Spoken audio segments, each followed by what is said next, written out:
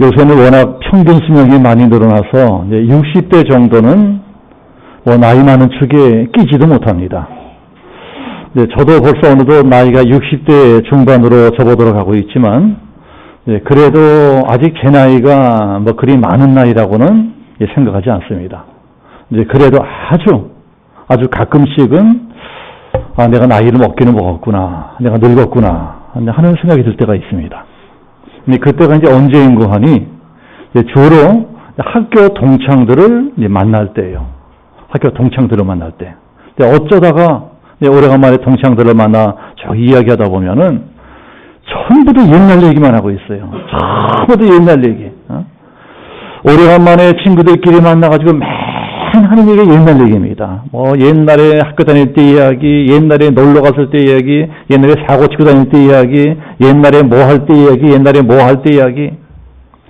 미래에 대한 얘기는 하나도 없어요. 만났다면 맨 과거 얘기하고 있습니다. 옛날 얘기 빼놓으면 할 얘기도 없어요. 그럴 때 우리도 늙었구나, 나도 늙고 이 친구도 늙었구나 하는 생각이 들 때가 있습니다. 그렇잖아요. 늙으면은 매일 옛날 얘기만 하고 삽니다. 나왔다는 옛날 이야기다. 그러면 내가 늙었다는 증거입니다. 우리 어머니가 올해 91이신데 이제 우리 어머니 말씀하시는 가만 들어보면은요, 처음부터 끝까지 전부 다 옛날 얘기입니다. 전부 다 옛날 얘기. 하나부터 열까지 다 옛날 얘기만 하고 계세요.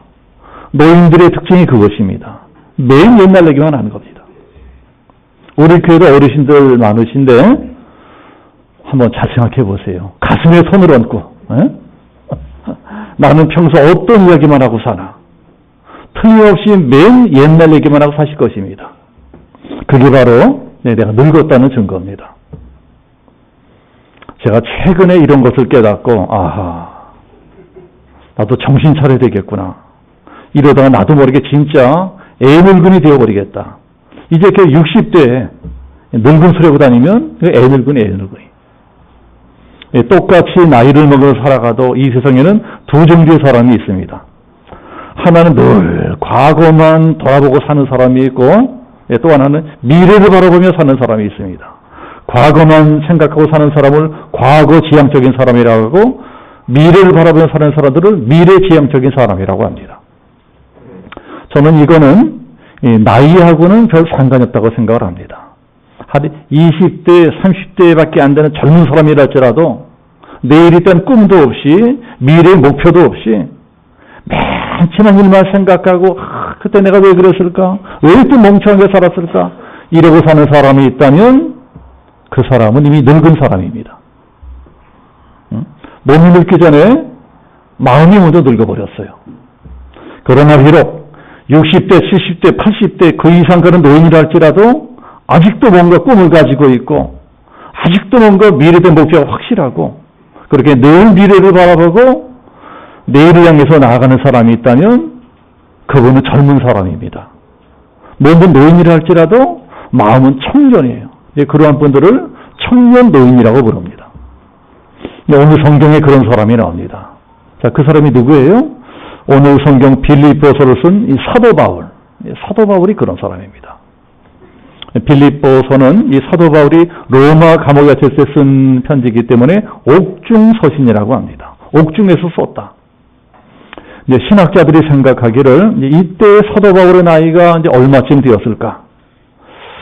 한 60대 초반에서 많아야 한 60대 중반 되었을 것이다. 이렇게 추정을 합니다.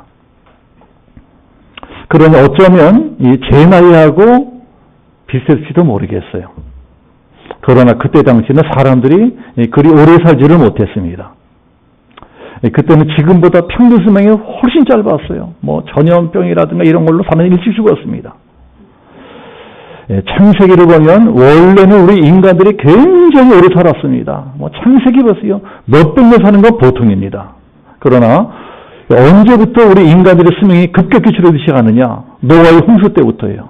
노아의 홍수부터 인류의 수명이 급격하게 줄어듭니다. 왜 줄어들었을까요? 아마도 이 대홍수 때 이 지구의 생태계가 완전히 파괴돼 버려서 그런 것 같아요. 이제 그래서 지금부터 2000년 전 쯤에 예수님이 탄생하신 무렵쯤 서기 1세기쯤에는요, 우리 인간들의 평균 수명이 20세 안팎밖에 안 됐습니다. 20세 안팎밖에. 그러다가 이제 과학이 발달하고 또 의료기술이 계속 발달하면서 조금씩 평균 수명이 늘어나는데, 그래도요, 그다지 오래 살지 못했습니다. 우리 인류가. 19세기나 20세기 초까지만 하더라도 미국이나 유럽 같은 이 선진국 사람들이요, 평균 수명이 40세 안팎밖에 안 됐어요. 그러니까 서기 1세기에 60대까지 살았다. 상당히 오래 산 겁니다. 그 당시 60이라고 하는 나이는 요새로 치면은 80 이상 정도 됐어요. 80 정도. 그러니까 사도 바울이 이 편지를 쓰는 무렵에서는 이미 상당히 늙은 나이였고, 한 80 이상 된 우리로 치면 그렇다, 이 생각할 수 있을 것입니다. 그런데도 오늘 성경 빌립보서를 가만히 읽어보면은요, 사도 바울은 아직 생각하는 게 굉장히 젊습니다. 비록 몸도 늙고 환경은 감옥에 갇혀 있는 비참한 환경이에요. 이 자리에 있는 우리들이 아무리 가난하게 살고 힘들게 살아도 사도 바울보다 비참한 사람은 없습니다. 사도 바울은 비참하게 살고 있어요. 그래도 사도 바울을 생각하는 게 너무나 젊어요. 너무나 젊습니다. 청년 같아요.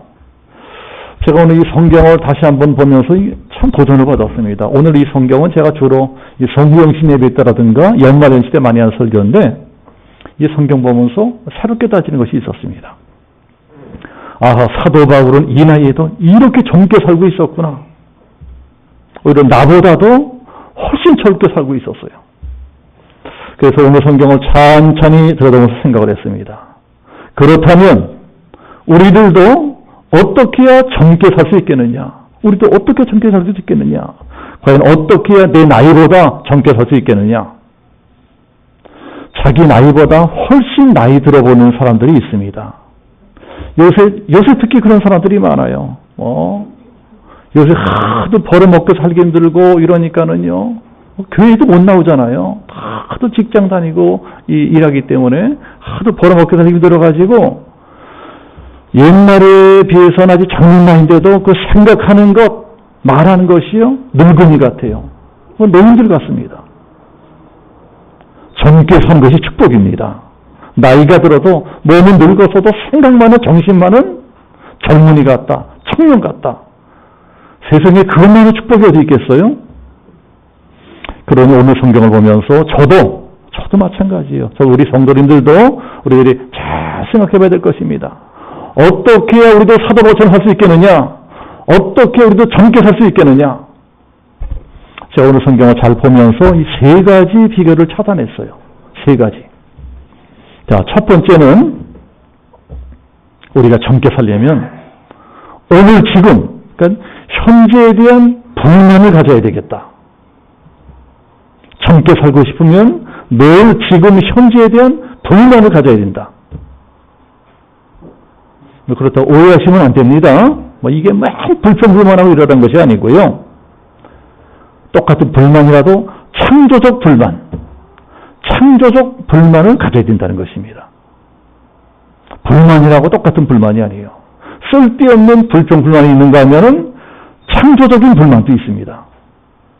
젊게 살고 싶으면 창조적 불만을 가져야 된다. 사도 바울이 이제 그런 사람이었습니다. 우리 오늘 성경 12절, 12절 한번 합독해 보겠습니다. 12절 다 같이 시작. 내가 얻었다 함도 아니요 온전히 이뤘다 함도 아니라 오직 내가 그리스도 예수께 잡힌 바 된 그것을 잡으려고 달려가노라. 사도 바울은 이제까지 복음을 전하기 위해서 수많은 일을 했습니다. 가는 데마다 수많은 교회를 세우고 수많은 사람들을 전도했고 수많은 영혼들을 구원했어요. 최초로 유럽 대륙에 복음을 전한 사람도 사도 바울입니다. 그러니까 인류 최초의 기독교 선교사가 사도 바울이에요. 오늘날의 유럽 문명은 사실 사도 바울 때문에 만들어진 것입니다. 사도 바울이 유럽에 기독교 복음을 전해주었기 때문에 오늘날 유럽이 좀 화려하고 찬란한 문명이 꽃을 피웠어요. 저도 한 세계 30개국을 여행을 했었는데 유럽만큼 화려한 것이 없습니다. 기독교는 자꾸 피웠어요. 어느 나라보다 화려한 나라가 유럽인 것입니다. 그래서 토인비 역사학자는 사도 바울을 태우고 유럽으로 간 데는 그 유럽 문명을 19간 비웠다 하는 유명한 말을 했습니다. 그만큼 사도 바울은 이제껏 어느 누구도 하지 못한 위대한 일을 했어요. 위대한 인생을 살았습니다. 그리고 어느덧 노인이 되었습니다. 그럼에도 불구하고 사도 바울은 아직 내 일은 다 끝난 것이 아니다. 내가 이렇게 몸은 늙고 몸은 감을 갇혀 있다 할지라도 아직 나에게는 더 할 일이 남아있다. 아직 나는 갈 길을 더 해야 한다. 예수 그리스도의 복음을 전할 길이 남아있다면 난 아직 더 그 길을 걸어가야 된다. 이러고 있잖아요. 보통 사람들은 되게 나이가 들면은 아이고 이만큼 했으면 됐지. 나도 할 만큼 했으니까 좀 쉬자. 아주 편하게 살자. 이러는데 사도 바울은 그러지 않습니다. 왜 내가 몸이 늙었다고 꿈까지 포기해야 되느냐? 왜 내가 감옥에 갇혀 있다고 사명까지 포기해야 되느냐? 그러지 않겠다는 거예요. 난 아직 다 얻은 것이 아니다. 다 이룬 것도 아니다. 이게 바로 창조적 불만입니다. 우리 인류 역사는 이러한 창조적 불만을 가진 사람들에서 발전되어 왔어요. 미국 가보신 분들 계시잖아요. 미국 가면 LA에 디즈니랜드가 있습니다. 전 세계 모든 어린이들이 제일 가보고 싶어하는 말 그대로 꿈의 놀이동산이고 어린아이들의 천국입니다. 저도 언젠가는 우리 손자녀서 지훈이를 데리고 디즈니랜드 가보고 싶어요. 갈 것이면 앞으로. 그런데 그 유명한 디즈니랜드를 누가 만들었나요? 누가 만들었어요? 월트 디즈니가 만들었어요. 만화가 월트 디즈니가 만들었습니다. 월트 디즈니 하면은 전 세계에서 가장 유명한 만화가이고 가장 성공한 만화가입니다. 월트 디즈니가 먼저 미키마우스 캐릭터 모르는 분 한 번도 안 계시잖아요. 만화 하나로 전 세계적인 재벌이 됩니다. 그런 사람이 월트 디즈니예요. 근데 만화 하나 그려준 사람이 어떻게 이게 어린이 놀이동산에 만들게 되었느냐? 월트 디즈니는 좀 결혼 일찍 했어요. 젊은 나이에 손녀딸을 보았습니다. 어느 나라나 할아버지 할머니들은 손주들 끔찍히 이뻐하잖아요. 저도 우리 아이 이뻐하죠. 월트 디즈니도 손녀딸 끔찍히 이뻐했습니다. 그래서 손녀딸이 6살 되었을 적에 손녀딸을 데리고 연유하다고 하는 어린이 놀이동산으로 놀러 갔어요. 소풍을 간 것이죠. 6살짜리 손녀딸 손을 잡고 월트 디즈니 할아버지가 젊은 할아버지가 처음 어린이 공원으로 놀러 가는데 가서 보니까 개판이에요. 소문과 달리 형편없는 공원이었습니다. 놀이기구 변변치 않고 청소년이 지저분하죠. 거기다 시설을 여기저기 무너지고 깨지고 그런 걸 월트 디즈니가 이게 뭐냐? 이 큰 나라 미국에서 그래 어린아이들을 위한 공원을 겨우 이 정도밖에 만든단 말이냐? 어린아이들을 위해서 만들었다는 공원이 고작 이거밖에 안 되느냐? 디즈니랜드는 여기부터 시작됩니다. 이게 뭐냐? 겨우 이것밖에 못 만드느냐? 여기서부터 미래의 디즈니랜드가 월트 디즈니 가슴속에 잉태되기 시작합니다. 이게 뭐냐? 우리나라 놀이공원이 겨우 이것밖에 안 된단 말이냐? 이 정도밖에 안 되는 놀이공원에서 우리 애들이 무슨 꿈을 꾸고 무슨 상상력을 키워 자랄 수 있다는 말이냐? 이게 바로 창조적인 불만입니다.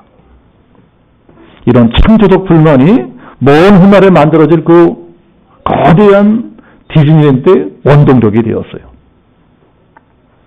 그때 당시 그 어린이 공원을 드나드는 사람들이 하루에 수만 명 이상이었다고 합니다.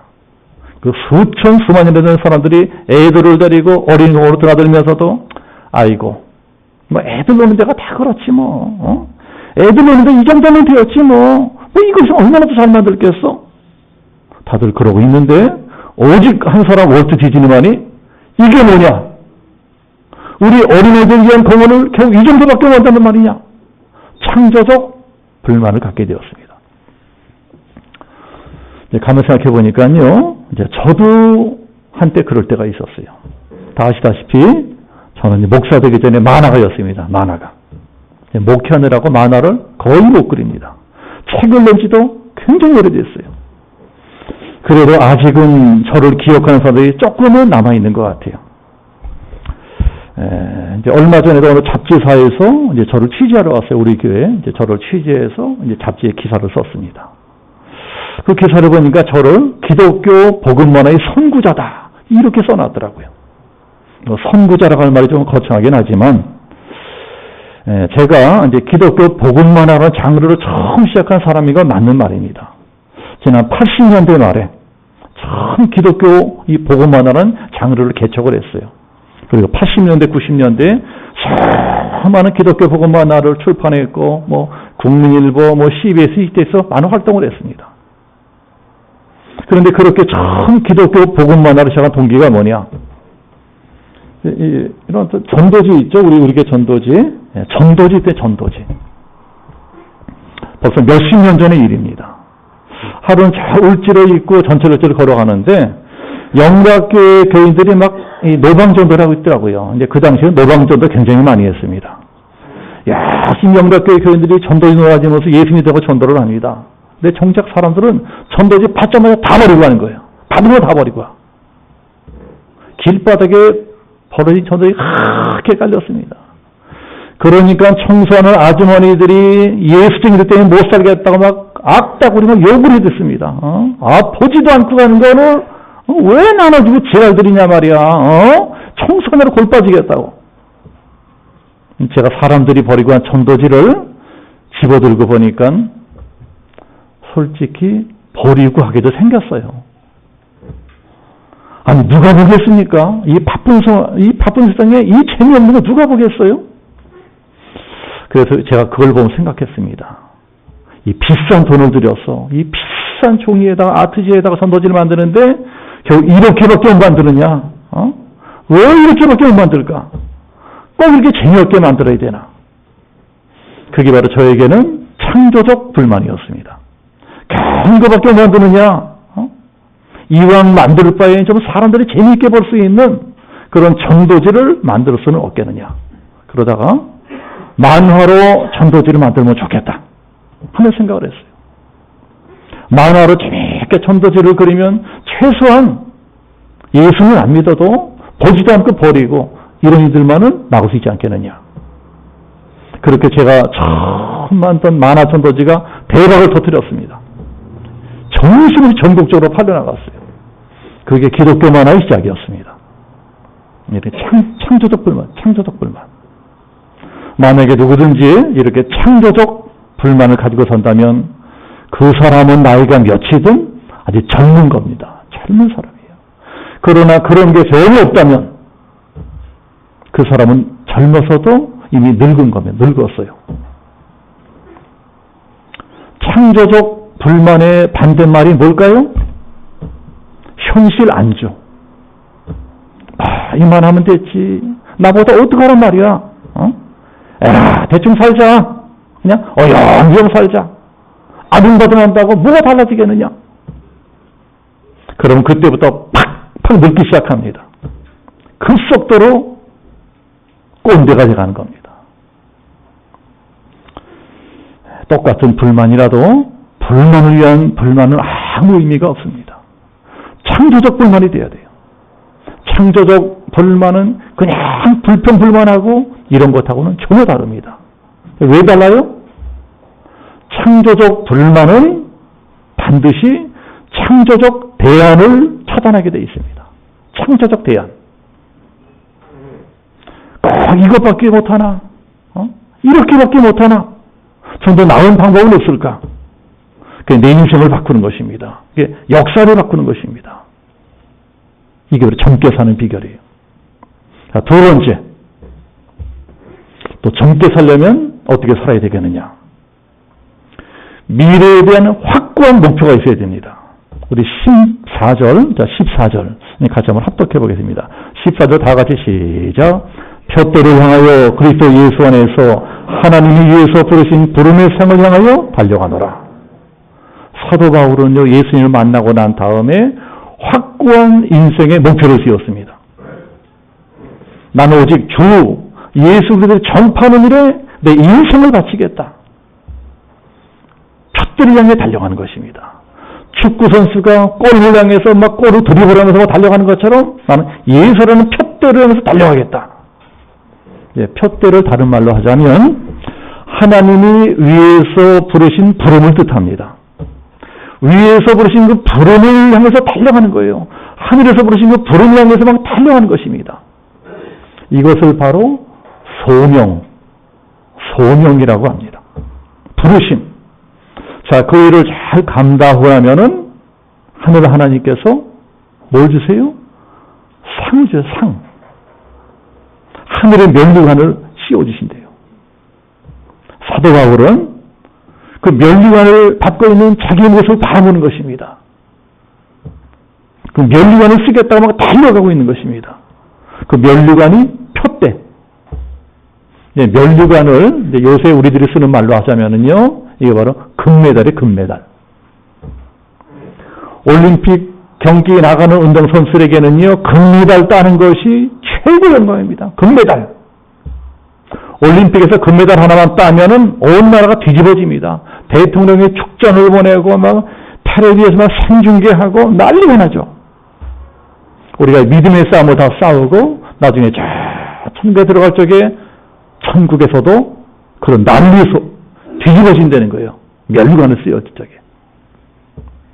하나님께서 저하고 여러분들을 부르실 적에 그저 단순히 우리들의 영혼만 구원해 주시려고 부르신 것이 아닙니다. 우리들을 지옥에나 안 보내시려고 부르신 것이 아니라는 것입니다. 그런 건 기본이고 사실 우리를 부르신 진짜 목적은요, 상을 주고 싶어서 상을 주시려고 부르신 거예요.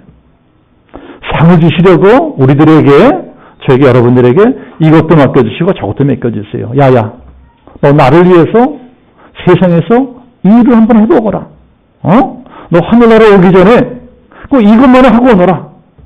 일을 맡겨주세요. 이게 바로 우리들에게는 사명인 것입니다. 사명.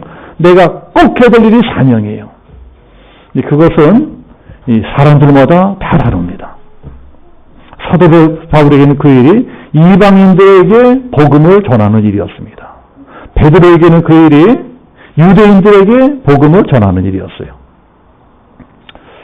그래, 저도 생각해 봤습니다. 나에게는 이 어떤 사명일까?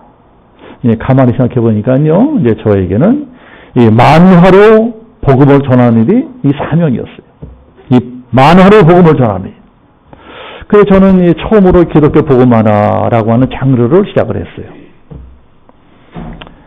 저는 그림을 그리고 글을 쓰고 이제 문서 손대는 일로 이제 부름받았습니다. 이게 이제 목사 되기 훨씬 전에, 목사는 되게 얼마나 됐습니까? 목사 되기 훨씬 전에 이미 부름받은 것입니다. 그리고 그 일을 더 잘하라고 하나님께서 나중에 목사도 되게 하시고, 그렇게 교회도 개척하게 하시고, 이렇게 하셨어요. 제가 이 개척 목회하면서 정말 많이 배우고 있습니다. 정말 많이 배우고 있습니다. 만약에 제가 교회를 개척하지 않았더라면 결코 할 수 없는 일로 죽을 때까지 몰랐을 거예요. 그런 것들을 너무나 많이 배우고 있어요. 평생 배워도 못 배우고 개척하는 게 답이었습니다. 언젠가는 이렇게 배우고 깨달은 것들을 글로, 그림으로, 이 책으로 만들어서 내게 자리에 있을 거예요. 그러면 저는 목회가 끝나면, 목회에서 은퇴하면은 다시 이전에 하던 일로 돌아가야 될 것입니다. 다시 만화가로 돌아가서 그림을 그려야 되고, 글을 쓰고, 웹툰도 하고, 책도 내고, 이게 제가 죽을 때까지, 천국 갈 때까지 해다시 사명인 것입니다. 이렇게 어떤 사람은 그림을 그리고, 어떤 사람은 글을 쓰고, 어떤 사람은 음악을 합니다.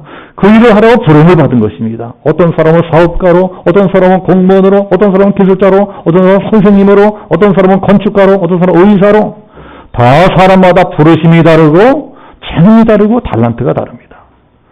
그러나 그 일이 무엇이든 나만이 할 수 있는, 나에게만 주어진 그 분명한 목표가 있어야 돼요. 나는 이 일을 위해서 태어났고, 이 일을 위해만 살 수 있고, 이 일을 하다가 죽어야 된다. 그런 목표가 확실한 사람은 늙어도 늙은 게 아니에요. 늙어도 늙은 게 아닙니다. 그런 사람은 70, 80, 90 그 이생에 되어도 영원히 청년입니다. 아무리 나이가 들어도 영원히 청년처럼 살 수 있습니다. 이제 실제로 그런 목표가 분명한 사람은요, 자기 나이만큼 늙어 보이지 않아요. 자기 나이보다 훨씬 젊어 보입니다. 그러나 자기 나이보다 더 나이 들게 폭삭 늙어버린 사람들 보면 대개는 그런 목표가 없습니다.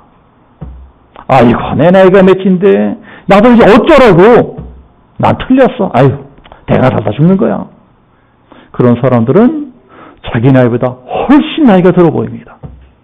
이건 제 친구들을 봐도 알 수가 있어요. 물론 나이가 들어 보인다는 것이 그냥 단순히 신머리가 많고 얼굴에 쭈글쭈글 주름이 많고 이런 것만 있는 게 아니에요. 그런 건 사람의 체질에 따라 다를 수가 있습니다. 유럽 사람들은요, 40만 되면 할아버지가 돼요. 체질이 그렇습니다. 체질에 따라 좀 나이가 더 들어 보이는 사람이 있고 덜 들어 보이는 사람이 있어요. 사도 바울도요, 대머리에다가 메브리코에다가 키는 단신이었어요. 바싹 늙어버린 할아버지였을 것입니다. 그래도 그 정신 많은 청년입니다. 그 생각하는 거 말하는 거 청년 중에 청년이에요. 사도 바울은 자기 나이보다 훨씬 젊게 산 사람입니다. 예, 그러니 우리도 젊게 살고 싶으면, 내 나이보다 젊게 살고 싶으면 늘 이런 생각을 하며 살아야 될 것입니다. 하나님이 왜 나를 부르셨을까? 하나님이 나에게 원하시는 것이 무엇일까? 과연 내 사명은 무엇일까? 내 표대는 어딘가? 나는 무슨 표대를 향해서, 어떤 목표를 향해서 달려가야 될까? 내 인생의 목표를 분명히 하고 살아야 됩니다. 그러면 젊게 살 수 있어요. 젊은 인생을 살 수 있습니다. 자, 그러나 더 중요한 것은 이것입니다. 우리가 분명한 인생의 목표를 정해놓고 사는 것 정말 중요하죠. 너무너무 중요하죠. 우리는 그렇게 살아야 됩니다. 그러나 그렇게 목표를 정해놓는 것만으로 끝나버리면 안 된다는 것입니다.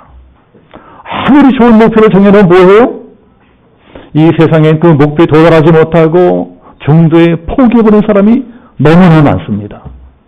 아무리 좋은 목표를 세웠다 할지라도 중간에 포기해버리면 말짱 헛일. 그런 사람은 아예 처음부터 목표가 없던 사람하고 똑같습니다. 그렇기 때문에 마지막 세 번째, 정말 젊게 살기를 원한다면 내가 세운 그 목표를 이루기 위해서 집중해야 됩니다. 집중하는 거예요. 내 목표에 헌신해야 됩니다. 내 인생을 던질 각오가 돼 있어야 돼요. 그러지 않고 시시하게 살면은요, 다 탈락해버립니다. 내가 세운 목표가 어떤 것이든, 그렇게 보면 나의 미래입니다, 미래. 내 목표가 내 미래되니까요. 목표는 사람인데 미래가 없는 겁니다. 미래에 대한 목표가 분명한 사람은 이것저것 한눈팔지 않습니다. 쓸데없는 낭비하지 않아요. 시간 낭비하지 않아요. 목표에만 집중하고 목표를 해서 죽을 힘다에 뛰고 기도를 해도요, 간절하게, 정말 간절하게 기도하게 됩니다. 꼭 이루고 싶은 목표가 있는 사람은요, 기도하는 것도 다릅니다. 간절하게 기도해야 돼요. 기도하다가 삐지고, 기도하다가 시험 들고, 기도하다가 포기하고, 그런 사람들 보면 되게 목표가 없거나 목표가 있어도 이게 진짜 내 목표인지 그것도 잘 몰라. 그런 사람들이 대부분이에요. 많은 사람들이 목표는 세우고 출발하지만 그 목표까지 도달하지 못하고 중간에 탈락하고 실패하는 이유가 무엇일까요? 그 목표에 집중하지 않기 때문에 그렇습니다. 그 목표에 헌신하지 않기 때문에 그래요. 이 땅에서 아무리 작은 성공이라도 거두고 이 조그만 성과라도 남긴 사람 중에 집중하지 않은 사람이 있습니까? 자기 일에 최선을 다해서 헌신하지 않은 그런 사람이 있을까요? 대충 농땡이 까면서 했는데 지수가 저 성공했다. 저는 그런 사람을 본 적이 없습니다. 그런 사람은 없고요. 그런 성공도 없습니다. 만약에 그런 성공이 있다면 그것은 신기루 같은 성공이에요. 바람만 불어도 금방 사라져버리는 허무한 성공입니다. 대충 하는 성공은 없어요. 저도 참 별볼이 없는 사람입니다. 참 별볼이 없어요. 저같이 별볼이 없는 사람도 30대 때 한창 이 성경 만화, 기독교 복음만화 그릴 때는요, 자지도 않고 먹지도 않고 하루 15시간씩 그림만 그렸어요. 그야말로 쌍코피 터지게 그림만 그렸습니다. 어찌나 열심히 그림만 그렸는지 한 겨울철에 보일러도 안 틀어서 보일러가 얼어 터지는지 모르고 그냥 그림만 그려서 기어코 한겨울째 보일러가 다 터졌어요. 우리 집 온 다 동태가 됐습니다. 우리 집사람은 욕 직사하게 먹고요. 무식할 정도로 집중해서 일했습니다. 네, 그렇게 제가 하는 일에 헌신했기 때문에 30대 때 요만한 조그마한 성취라도 이룰 수가 있었습니다. 집중하지 않으면, 헌신하지 않으면 중간에 다 탈락합니다. 그래서 사도 바울이 13절에 이렇게 고백하고 있습니다. 우리 13절 다 같이 한번 합독해 보겠습니다. 13절 다 같이 시작. 형제들아, 나는 아직 내가 잡은 줄로 여기지 아니하고 오직 한 일, 즉 뒤에 있는 것은 잊어버리고 앞에 있는 것을 잡으려고. 바울이 목표를 정했어요. 딱 목표를 정했습니다. 목표를 정한 다음에 이렇게 고백을 합니다. 이제는 내가 오직 한 일. 근데 그게 뭐예요? 오직 한 일. 즉 복음을 전하는 일. 그 일을 하나님을 해서 달려가겠다. 달려가는데 어떻게 달려가느냐. 굶주리 사자가 먹잇감을 발견했어요. 저걸 산다. 굶주린 사자가 먹잇감을 발견하고 죽을 힘을 위해 뛰어가듯이 내 목표를 위해서 뛰어가겠다. 오직 한 일. 그 일을 위해서 뒤에 있던 일. 그러니까 이제 내가 어떻게 살았든, 내가 얼마나 배웠든, 내가 가진 게 무엇이든 그런 시시한 것들 다 잊어버리고 분토처럼 버리고 똥지처럼 버려버리고 오직 앞에 있는 것만 보고 달려가겠다. 16절에 이런 말씀을 하죠. 오직 우리가 어디까지 이루었던지 그대로 행할지라. 그대로 행할지라. 내가 지금 와 있는 자리가 어디쯤인지 그건 그다지 중요하지 않다는 것입니다. 그게 뭐 중요하냐? 더 중요한 것은 계속 달려가는 것이다. 끝까지 달려가는 것이다. 목표를 향해서 그대로 행하는 것이다. 이런 생각을 하고 사는 사도 바울은 나이가 들었고 여전히 청년이에요. 여전히 젊습니다. 사도 바울은 죽을 때까지 이렇게 살았습니다. 천국 들어가는 마지막 순간까지 창시형당에 목이 잘려 떨어지는 그 순간까지 영원한 청년으로 살았어요. 그리고 2000년 세월이 지난 지금까지 우리 모두에게 영원한 청년으로 남아있어요. 제 가슴 속에 사도 바울은 영원한 청년입니다. 성경에서 제가 제일 존경하는 인물이 사도 바울, 영원한 청년. 자, 우리도 이왕이면 그렇게 살면 좋잖아요. 저도 그렇게 살고 우리 성도님들도 그렇게 살기를 축복합니다. 자, 젊게 살기 원하시는 분들은 저 따라서 큰 소리로 한번 해봅시다. 저 따라서 큰 소리로 젊게 삽시다. 옆사로 쳐다보시면서 젊게 삽시다. 자, 젊게 사시기 바랍니다. 자, 젊게 살면 어떻게 된다고요? 세 가지 말씀드렸죠. 첫 번째는 창조적 불만을 갖자. 두 번째, 확고한 목표를 갖자. 세 번째, 목표에 집중하자. 헌신하자. 자, 이 한 주간도 그리스도 예수 안에서 젊게 살아가시는 우리 양지명성교회 모든 성도들 지기를 예수님으로 축복합니다. 저는 기도하겠습니다.